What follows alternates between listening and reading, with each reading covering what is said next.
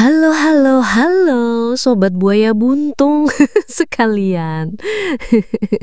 Apa kabarnya hari ini, guys ya? Udah makan kah? Udah minum kah?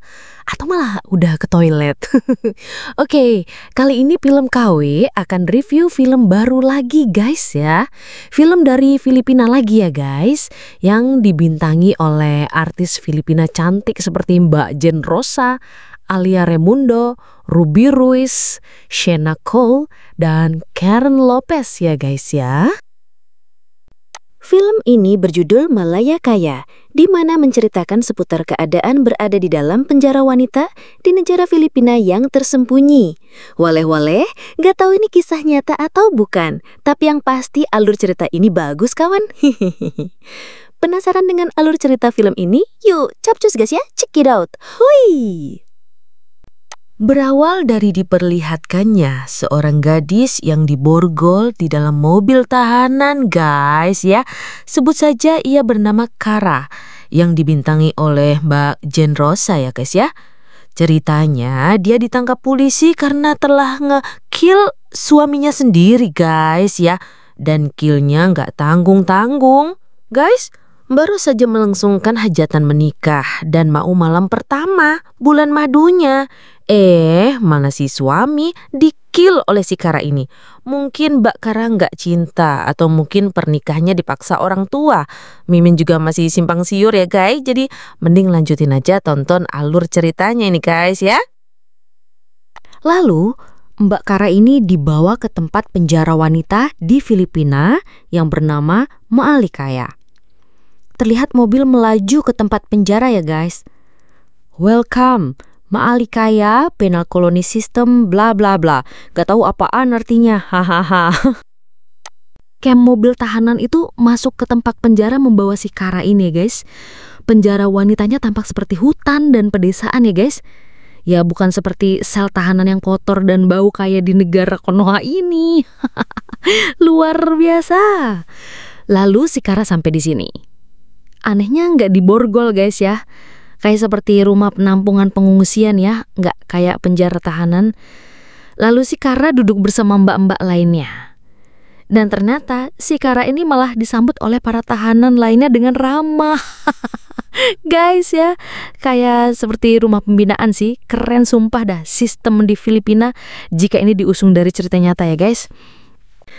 Penjaga dan kepala pembina sel tahanan ini juga memperkenalkan diri dengan sopan dan ramah. Ya, seperti sayang banget kepada manusia-manusia yang melanggar hukum akibat terpaksa atau nggak sengaja. Ya, namanya hidup semua pasti punya masalah ya guys. Tinggal kuat nahan sabar atau enggaknya ya guys. Pembina sel tahanan ini bernama Nanay Eka. Ya, bisa dikatakan dia salah satu wali kota atau leader pemimpin di sel tersebut. Sumpah ramah banget. Padahal dia juga mungkin tahanan juga, tapi mungkin usia tahannya yang lama. Sehingga bisa jadi leader, sosok pemimpin buat para tahanan-tahanan baru seperti Kara ini. Bahkan si ibu ini gak mau dipanggil atau disamakan sebagai petinggi penjara ini, tapi lebih suka dipanggil ibu saja. Karena baginya di sini semua tahanan wanita ini adalah keluarganya. Wele-wele, super sekali bu. Kebaikan hatimu membuat si Mimin ini takjub. Buset dah. Dan ternyata penjara ini dibuat bagi para wanita-wanita yang terpilih atau mengajukan diri untuk menempati sel dengan jenis seperti ini. Jadi hanya orang-orang tertentu saja ya guys ya. Mungkin bagi wanita-wanita yang memang baik dan butuh serta mau menaati semua peraturan di penjara ini ya guys. So, mereka diberi keleluasan diri tanpa kurungan sel seperti penjara umumnya ya guys. Mungkin karena dianggap tidak berbahaya dan tergolong bukan orang jahat. Hanya saja mungkin memang tersangkut hukum yang tak disengaja atau tak direncanakan ya guys ya. Jadi penjara ini seperti memberikan harapan baru dan kehidupan baru selanjutnya yang lebih bagus setelah keluar dari penjara. Mantap sekali ya guys. Dan Nenek Eka ini memperkenalkan pimpinan yang sesungguhnya. Ya, kalau di sekolah mungkin kepala sekolah kali ya. Namun pemimpin itu adalah Bu Willems dan menjelaskan semua peraturan di sel Hope atau sel harapan ini kepada para tahanan baru tersebut, termasuk ke si Kara, ya guys. Lalu selanjutnya mereka dibawa masuk ke kamar mereka, di mana di sana ada banyak teman penjara wanita seperti dia juga. Tentunya dengan sangat sopan, Bu Nenek Eka memberikan penjelasan kepada semua tahanan tersebut. Hingga di malam harinya, si Kara ingin memotong rambutnya sendiri. Mungkin ingin terlihat lebih simpel dan sederhana kalian ya. Sambil teringat kejadian saat pernikahannya, di mana ada tatapan si ibunya yang sangat sinis sekali dan juga suaminya yang tampak berbahaya. Sambil terus memotong rambutnya hingga selesai dengan sempurna, seperti yang diharapkan si Kara ya guys ya. Lalu keesokan harinya, ia mulai hari-hari untuk aktivitasnya di penjara ya guys ya. Seperti menanam bunga dan berkebun. Dan tak beberapa lama, si Kara didekati oleh narapidana wanita ini yang ingin mengajarinya dan juga menyapa dan berkenalan. Dan mereka pun berjabat tangan sambil berkenalan dengan Kara. Diketahui, nama si wanita ini adalah Lila ya guys. Dan mereka berbincang-bincang seputar tanam-menanam dan mengajari si Kara untuk bertanam bunga mawar yang baik dan benar. Di malam harinya, di saat waktu tidur mereka, teman si Lila ini ada yang kegerahan dan menuntut untuk mencari keasikan yang sudah lama mungkin tak dirasakannya. Waleh-waleh, Mbak Lila sebagai wanita yang baik hati tentunya langsung menolong temannya itu ya guys. Mungkin kasihan juga Perang Badar Soro sendirian untuk mencari kemenangan sejatinya. Dan dibantulah oleh Mbak Lila yang baik hati ini. Dan di saat adegan jeruk makan jeruk ini, si Kara yang tidur di ranjangnya masih belum tidur. Ya, remang-remang sambil sipit-sipitan mata, mengintiplah kegiatan Perang Badar jeruk lawan jeruk tersebut. Sambil sedikit pengen juga sih, mungkin. Dan itulah kegiatan Perang Badar pertama kali yang dilihat si Kara di rumah penjara harapan ini. Dan setelah teman Lila dapat surga dunia, ya mereka langsung tidur semua. Pagi harinya, mereka kembali disibukkan dengan aktivitas kerajinan tangan. Membuat kerajinan tangan dari bahan-bahan bekas yang mungkin bisa dijual dan dijadikan uang tambahan. Dan ketika berkumpul membuat kerajinan tangan, mereka saling curhat dan ngobrol. Membicarakan seputar sebab ia sampai di penjara. Kasus Kara adalah pembunuhan. Dan kasus teman Lila adalah pembakaran sekaligus pembunuhan. Meskipun mungkin tampak tabu ya guys, mereka juga menceritakannya secara hati yang ragu. Namun, mereka pastinya mendapatkan penyesalan yang luar biasa dan menjadikan mereka lebih kuat dalam menjalani kisah hidupnya ya guys. Kemudian, mereka mandi bersama-sama. Di penjara ini, pemandiannya mungkin terbatas ya guys, karena semua penghuni napinya juga wanita. Jadi mungkin mandi bersama adalah hal biasa karena mengingat kondisi dia berada di dalam penjara. Ya, meski si Kara agak sedikit canggung untuk pengalaman mandi bersama dengan para napi lainnya, namun mereka menganggap semua adalah teman dan saudara. Maka hal itu mungkin menjadi wajar buat mereka. Tiba saatnya para napi ini makan. Makanan di sini diselenggarakan secara prasmanan ya guys. Seperti pesta makan bagi para tahanan, di mana ia makan bersama-sama dalam satu meja makan besar. Bahkan, si Kara ini seperti disambut masuk ke dalam keluarga besar di penjara ini. Dengan ramah si Nanai Eka sebagai ibu mereka, memberikan kasih sayang bagi para anak-anak napinya. Luar biasa. Di sini Mimin mulai takjub pada cerita film ini ya guys. Meski di penjara, ia masih bisa merasakan kegembiraan dan keceriaan. Sampai tiba saatnya mereka menyantap makanan. Sambil makan bersama, mereka juga tampak bercanda seperti para sahabat lama yang sedang kumpul bareng. Tampak tak seperti di penjara ya guys. Mereka masih bisa sedikit menyegarkan hati mereka, yang mungkin selama ini gundah dan kacau balau. Dan ketika waktu tidur, si Kara melihat sesuatu yang tampak mencurigakan. Meski mungkin dia tahu juga kenapa penjara ini dibuat dan untuk apa alasan penjara ini dibuat untuk para wanita. Shikara melihat dua temannya ini asik berdandan dan berias diri, seperti akan menghadiri pesta besar. Huju buset, di penjara bisa pakai pakaian mahal dan indah. Weleh-weleh, super sekali ya guys. Dan inilah tiba saatnya Shikara tahu bahwa penjara ini ada fasilitas buat para napinya untuk mencari cuan. Pastinya gak dipungkiri ya guys, mereka juga butuh duit meski di penjara. Ketika tak ada cara lain untuk bisa mendapatkan uang, namanya manusia tetap butuh barang-barang atau makanan ya guys. Itu sebabnya mungkin penjara ini dibuat supaya para napi bisa tetap mencari uang untuk memenuhi kebutuhan mereka. Dan temannya Lila ini menjelaskan ke Kara bahwa di penjara ini mereka bisa sedikit bersenang-senang dan juga bisa menghasilkan cuan. Dengan mengikuti acara atau sesuatu fasilitas yang disediakan oleh pihak penjara secara privat. Sebenarnya Shikara ingin ikut, tapi belum diperbolehkan sebelum dia tahu secara detailnya. Di pagi harinya, ia dan Lila seperti biasa menanam dan merawat bunga mawar di kebun. Sambil Shikara ingin belajar seputar hal yang tadi malam ia lihat. Dan si Lila seperti saudara yang mengajari sahabatnya untuk hal yang belum pernah dilakukan oleh Shikara. Mereka melanjutkan merawat bunga sambil tampak gembira sekali. Mungkin akan bermain-main dengan sesuatu yang tabu baginya. Lalu sore harinya, Shikara ini mulai dirias dan didandani oleh para teman-temannya, terutama Lila, dan memberikan banyak masukan serta pelajaran untuk melakukan hal ini. Karena memang punya banyak resiko dan juga harus hati-hati. Dipakaikan gaun cantik untuknya. Dan ketika itu si Nenek Eka datang dan mempertanyakan kesiapan Shikara untuk melakukan hal ini. Karena memang kegiatan ini si Tara sendirilah yang harus yakin dan melakukannya karena kemauannya sendiri. Lalu Nenek Eka mengambil foto cantik Shikara ini. Ya, untuk alasan dokumentasi mungkin. Dan si Lila ini berbicara bahwa Shikara ini hanya akan menonton dan belajar dengannya saja hari ini. Dan mereka keluar bersama-sama ke lingkungan tersebut.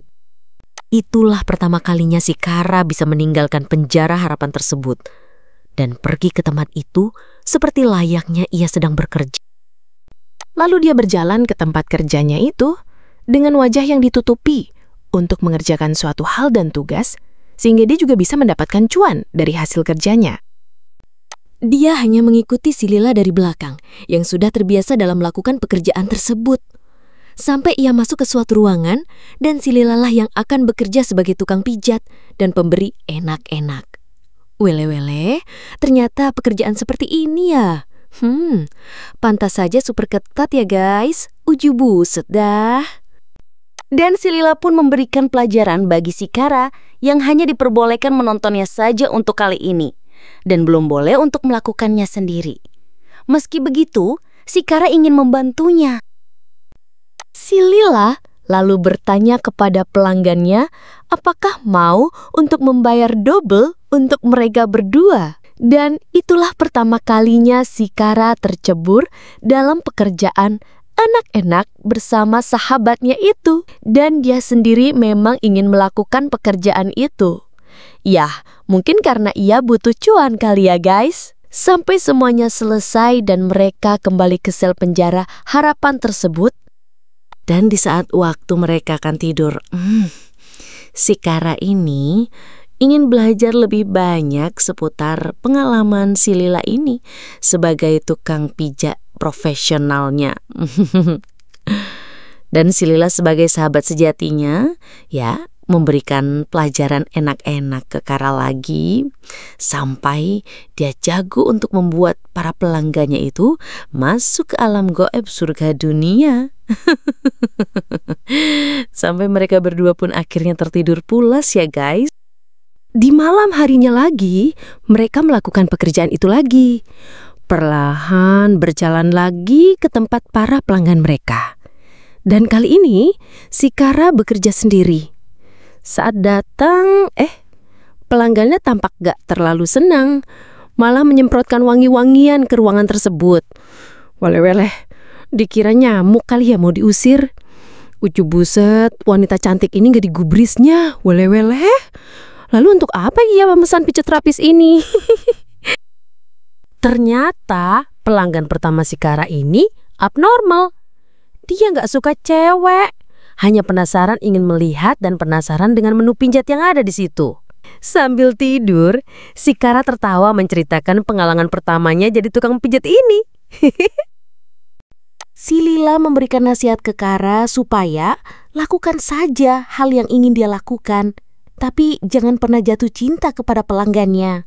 Dan malah pada malam itu mereka berdua hanyut dalam romansa cinta jeruk makan jeruk. Wele, Mbak Kara ternyata memang sudah ingin bersenang-senang ya gayens. Dan mereka berdua pun berpacu dalam asmara membara bersama-sama di rumah tahanan tersebut. Uju buset. Keesokan harinya, si Kara dipanggil ibu pimpinan di ruangnya, menanyakan seputar perawatan tanaman mawar yang ia kerjakan. Dan cukup bagus. Mereka berbincang-bincang, sesekali untuk melakukan pendekatannya bersama. Dan juga membahas tentang pekerjaan sampingannya itu, di mana ada beberapa pelanggan yang kurang suka dengan hasil kerja si Kara ini. Meski hanya memberikan masukan tanpa memberi peringatan keras kepada si Kara. Setelah Kara pergi dari tempat ibu pemimpin, si Lila menunggunya di sana untuk menanyakan pembicaraan mereka berdua. Si Kara malah nyosor saja kayak orang kasmaran nama si Lila. Uju buset, malah suka beneran ini ya mbak. Lo. Dan mereka seperti bercanda dalam romansa cinta jeruk makan jeruknya. Dan di malam harinya, si Kara dan si Lila sedang asik nongkrong sambil kebal-kebul dan ngobrol setelah dapat uang banyak dari pekerjaannya tersebut. Membicarakan banyak makanan yang ingin mereka beli dan mereka makan saat sudah bebas nanti. Membayangkan sesuatu yang indah-indah saat sudah keluar dari penjara itu, sambil tertawa menghilangkan kesedihan mereka. Dan di malam berikutnya, mereka kembali bekerja lagi.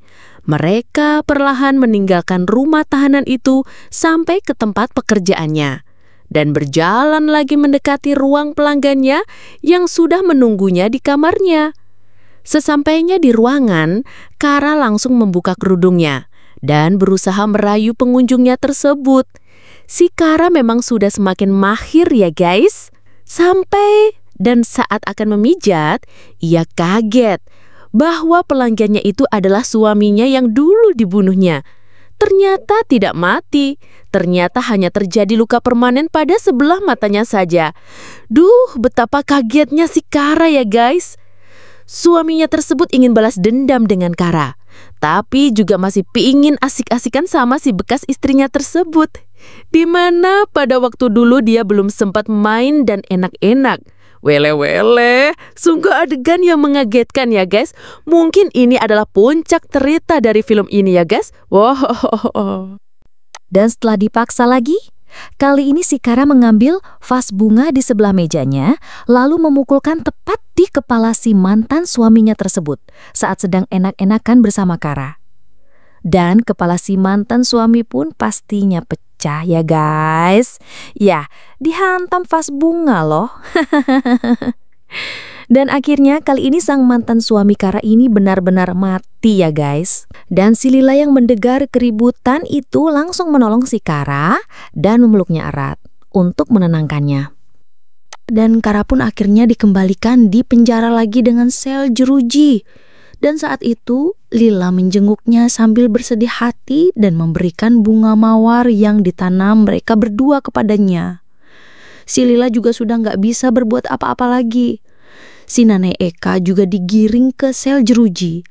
Dan sebagai pengganti Nanai Eka, si Lila akhirnya yang mungkin akan meneruskan program tersebut.